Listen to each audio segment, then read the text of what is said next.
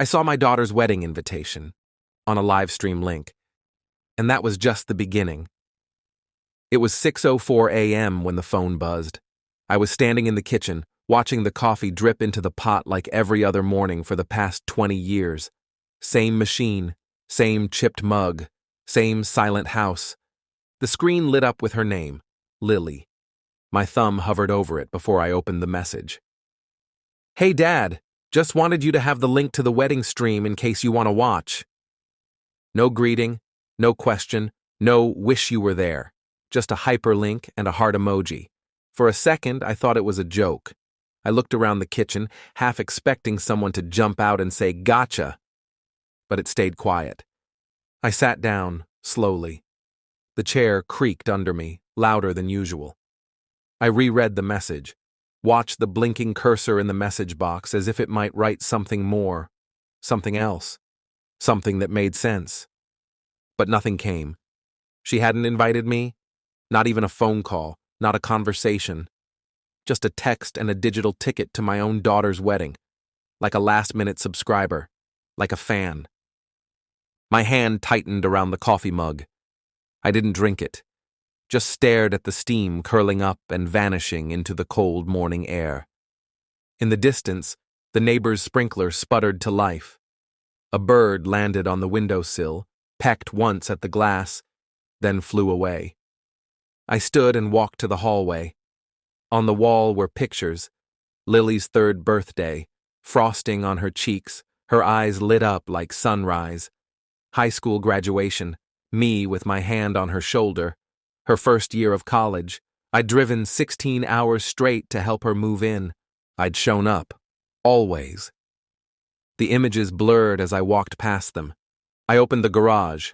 Dust floated in the morning light like ash. My old workbench sat in the corner, cluttered but familiar.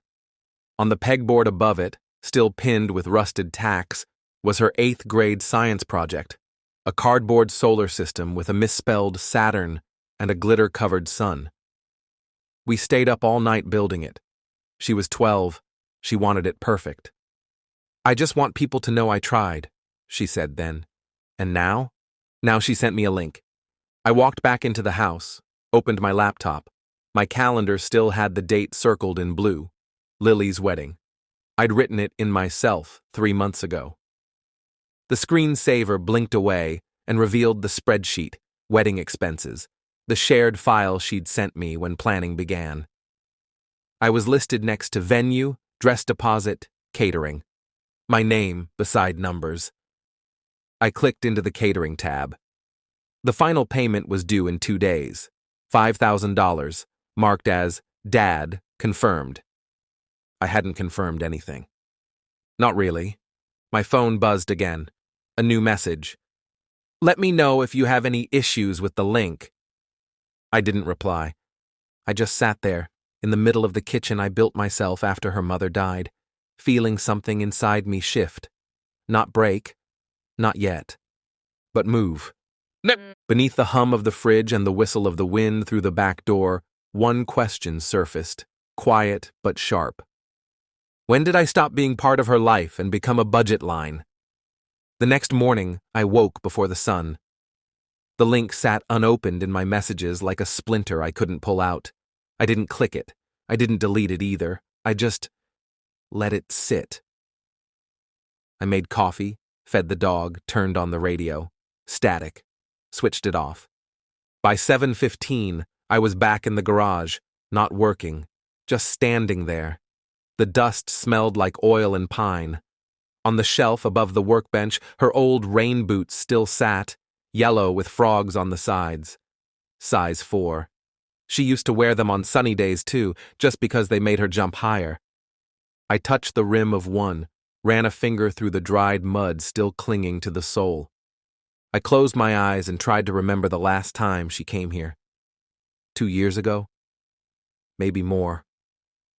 She was in a rush. Didn't take off her sunglasses.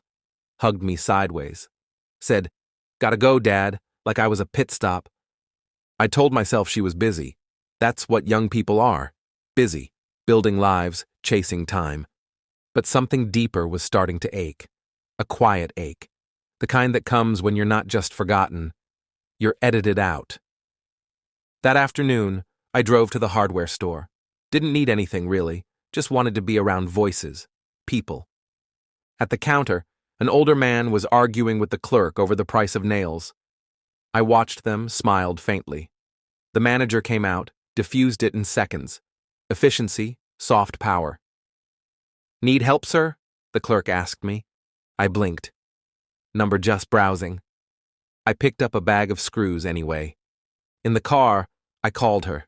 Straight to voicemail. I didn't leave a message. What would I say?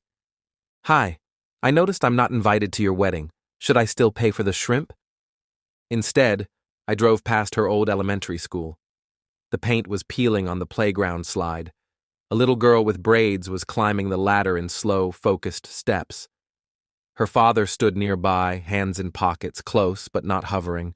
Ready. I remembered doing that, holding my breath, ready to catch her, always. I drove home. Dinner was silent. I heated soup. Sat at the table. Didn't touch it. I opened the wedding file again. Looked at the other tabs. Florals, DJ, invitations. Invitations. That one stung.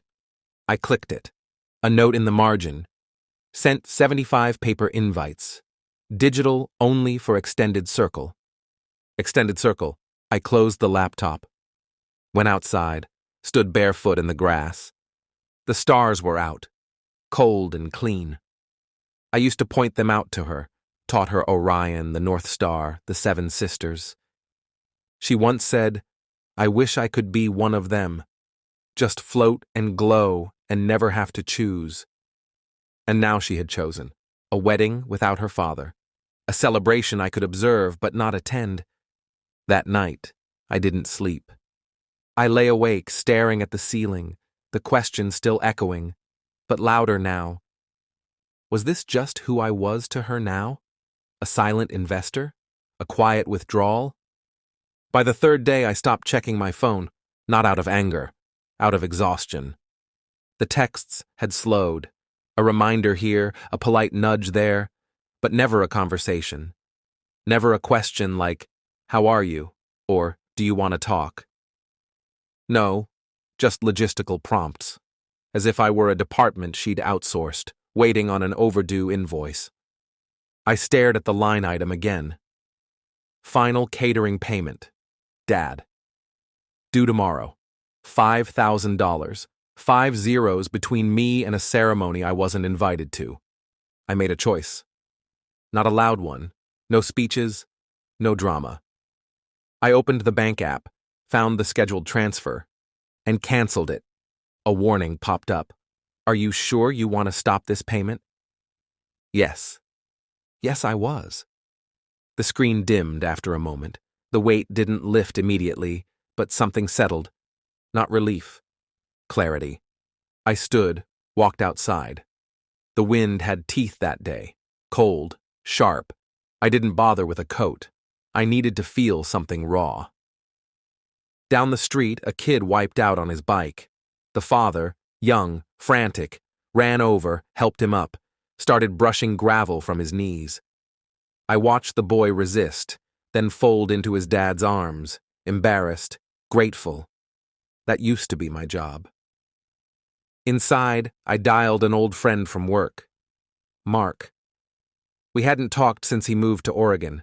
He picked up on the third ring. "You still alive?" he said, half laughing. "Barely." We talked for 20 minutes. About nothing. About everything. Before hanging up, he said, "You still building things?" I paused. "Not lately." "Well, you should. You were always better with your hands than with people." "Thanks," I said, but I smiled. That night, her fiancé texted, "Hey, just checking on the payment. Planner says it's still not in. Want me to resend the invoice?" I didn't respond. Then, 15 minutes later, her name popped up. "Dad? Is everything okay?" That one hurt more. Not the message itself, the question, as if she hadn't been the one to turn off the light and shut the door. I typed a response, deleted it, typed again. Is this really what we've become? Deleted that too. I put the phone down. Instead, I went to the garage, turned on the light, pulled out the old toolbox. The wood sat there waiting. I grabbed a plank, planed the edge, started cutting. Not a cradle, not furniture, just a shape. Just something for myself. An act of defiance. An act of remembering. The blade bit in. The shavings curled away. And for the first time in weeks, my breath came easy. The silence had a rhythm now, not absence, intention. It didn't take long. The next morning, her tone changed. First, a voicemail. I didn't pick up. I was outside, sanding the first edge of a bench leg. The wood was thick, stubborn. I welcomed it. When I came back in, the red light blinked. I played it on speaker. Dad, I don't understand. You promised to help. I budgeted everything around that. Why would you back out now? What am I supposed to tell people? There it was. What am I supposed to tell people? I deleted the message. I stood in the kitchen, staring at the sink, the window, the hummingbird feeder she bought me one Father's Day years ago. It hung crooked now, untouched. I opened the fridge, empty enough to echo. Later that afternoon, her fiancé called. I let it ring, then another voicemail. Hey, Mr. C, just trying to make sure everything's cool on your end. Don't want to stress Lily, she's already on edge. If there's anything we can do to clarify the expenses. Click. I turned the phone off. The house felt like glass. Thin, brittle, as if the wrong breath would shatter it. I went to the hallway, stood in front of the photo wall. All those years, all those frozen smiles, birthday hats, sunburned vacations, her prom photo. I took that one. She hadn't liked the dress, said it made her look wide. I told her she looked like light. I touched the frame. The glass was cold. Then the knock came. It was Susan, her mother's sister, a woman I hadn't seen in over a year. I heard, she said, stepping inside before I could invite her. She looked tired, winded. You're not going? There's nothing to go to, I said. I got a link. She stopped in the living room, looked around like the furniture might speak. She's scared, she said finally. Of what? Susan sat down on the edge of the couch. Of becoming you. I blinked. She saw how much you gave up, she said. For her, for everything. It scared her. She thinks love means disappearing. I laughed, sharp and short. So she's disappearing me preemptively? Susan didn't argue, just stood. You should still come. I already did, I said. For 25 years. After she left, I went to the garage. The chisel slipped. Blood welled in a line across my knuckle. Not deep, but enough. I watched it bead, fall, vanish into the sawdust. Sat down on the stool. Hands in my lap. Breathing through my teeth. A quiet panic crawled up my spine, not loud like a scream. Slow, like drowning in carpet. I looked at the wood, unfinished, then at my hands, shaking. The wind hit the garage door and rattled it hard. I didn't move. I just whispered into the silence. What was it all for? I didn't leave the house for 2 days. Didn't eat much. Didn't answer calls. The phone buzzed every few hours. I let it vibrate across the counter like an insect dying. Outside, the rain came hard. The gutters overflowed. Water pooled at the base of the garden, drowning last year's tulip bulbs. I sat on the floor of the garage back against the cabinets, watching the drops fall through a crack in the roof, one by one, into a rusted bucket. Plink, plink. Steady, cold, honest. I slept on the couch that night, fire gone out, house freezing. At dawn, I pulled a blanket over my shoulders and watched the light creep across the hardwood. Something shifted in that gray light. I stood, walked into the kitchen, poured out the cold coffee still in the pot, opened the cabinet, pulled down a jar of rice, a bag of lentils, canned tomatoes. I cooked. Not for anyone else, just because I was still alive. Later that day, I got in the truck, drove without direction, wound up at a hardware supply warehouse outside town, bought lumber, screws, new stain. The woman at the register said, "Big project?" Something like that. I stopped at the community center. A flyer was pinned to the board. Wood shop, Thursday nights. All ages welcome. I took it down. At home, I turned on the radio, static, then jazz, left it on. Then I opened my laptop. Not the wedding folder, not the bank. News, photos, recipes, anything that didn't say Lily or payment pending. Then a story caught my eye. A man rebuilding his house after a fire. Not because insurance covered it, not because he had to, but because he didn't want to live in ruins. I closed the laptop, went back outside. The bench had rotted under the rain, slats warped, legs soft. I took it apart carefully, piece by piece, stacking the wood to dry. I would rebuild it, not to preserve the past, but to honor the fact that something had stood there once, and now would stand again. That evening, I lit a fire. Not for heat, for light. I sat in front of it with a notebook I hadn't touched in years, started a list. Fix the fence, finish the cradle, clean the attic, invite Mark to visit, learn how to make real bread. The last item, I underlined it. The phone buzzed again. This time, I looked. A message from her. "We had the wedding. It was beautiful. I hope you watched." No photo. No detail. Just that. I stared at it, typed, "Congratulations," deleted it, typed, "I didn't." Deleted that too. Instead, I wrote one sentence, then erased even that. Then I turned the phone off, went back to the garage. The wood was waiting. Thursday night, I went to the community center. The sign outside flickered, woodshop, back room. Inside, the hallway smelled like dust and mop water. Fluorescents buzzed overhead. I followed the sound of sanders and low conversation. There were 5 of them, older men mostly, 1 woman. A guy in his 30s with tattooed hands nodded as I walked in. "You knew?" he asked. I just nodded, hung my coat, took a seat at the back work table. The instructor, a wiry man named Ray, handed me a block of cherry and said, "We're making keepsake boxes tonight. Small, quiet work." Perfect. I carved, measured, listened. No one asked questions. No one pushed. At some point, the woman across from me, Ellen, looked over and said, "Clean lines. You've done this before." I smiled, barely. "Used to." "Feels good to come back," she said, not looking up. I didn't answer. But she was right. The grain ran smooth under my thumb. The shavings curled like ribbons. There was something holy in the silence between each stroke. After class, I stayed behind. Ray leaned against the counter, watching me oil the corners. "She your daughter?"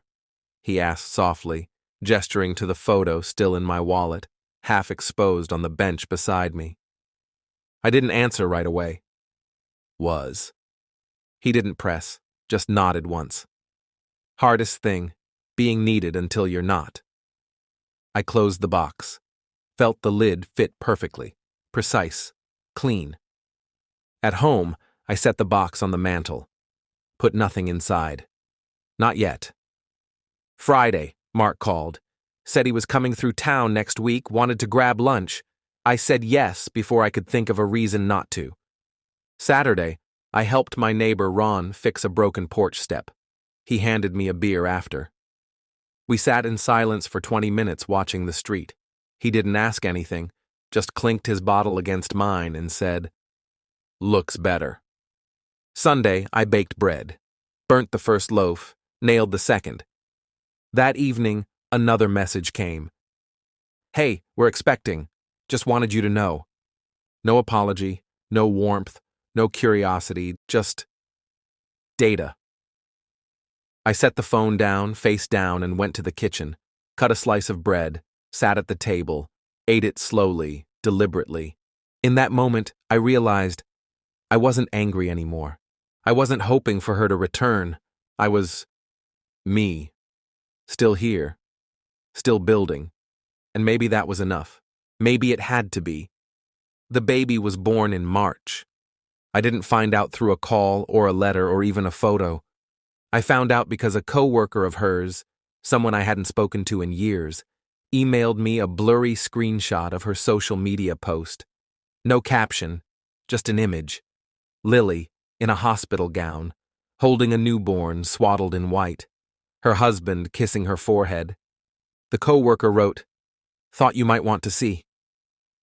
I stared at the photo a long time, zoomed in, tried to see if the child had my nose, my mouth, her mother's chin.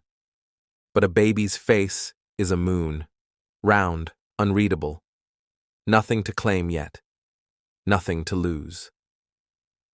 That same night, I walked out to the shed, pulled the cradle out from under the drop cloth. It was finished, sanded, varnished, ready. I'd built it without knowing what I'd do with it, whether I'd send it, whether I'd burn it. Now, I just looked at it, touched the edge, then covered it again. At church the next morning, I sat in the back, didn't pray, just listened. People stood and sang. A woman gave testimony about her daughter moving back in after a divorce. Someone laughed too loudly. Someone cried softly. No one looked at me. I liked that. Afterward, in the parking lot, a man approached me. Thin, suit too big, but kind eyes. "You're Lily's dad, right?" I paused. "I was." He nodded like he understood. "She was my student once, bright kid." I said nothing. He added, "Sometimes people find their way back. Sometimes they don't. But they always remember." He walked away. That evening, another message arrived. From her. "Do you still have that cradle? The one you used to talk about?" I stared at it. No hi, no sorry, no bridge. Just another hand reaching out, not to hold, but to take. I typed one word, yes, then deleted it. Instead, I set the phone aside, took a long walk. The air was warm, the stars faint but visible. Somewhere a dog barked. A wind chime stirred. When I came home, I opened the box on the mantel, placed a folded paper inside, the ultrasound photo she mailed months ago without a note, closed the lid, and sat in silence, not waiting, just sitting. Spring broke open quietly. The bench out back was dry again. I sanded the surface one last time and left it bare. No cushion, no paint, just wood, honest and whole. That morning, I found a small envelope at the door. No name, no return address. Inside, a single photo. The baby, now older, sitting up, eyes open, staring just past the camera. A faint smile. No note, no message, no explanation. I held it for a while, then placed it on the windowsill above the sink. It caught the light just right. I didn't send a reply, didn't reach for my phone. I just stood there, breathing in the quiet of the house I rebuilt from absence. The cradle stayed in the corner, untouched. The box on the mantel remained closed. Outside, the wind shifted. I walked to the porch, sat down, and didn't feel like I was missing anything.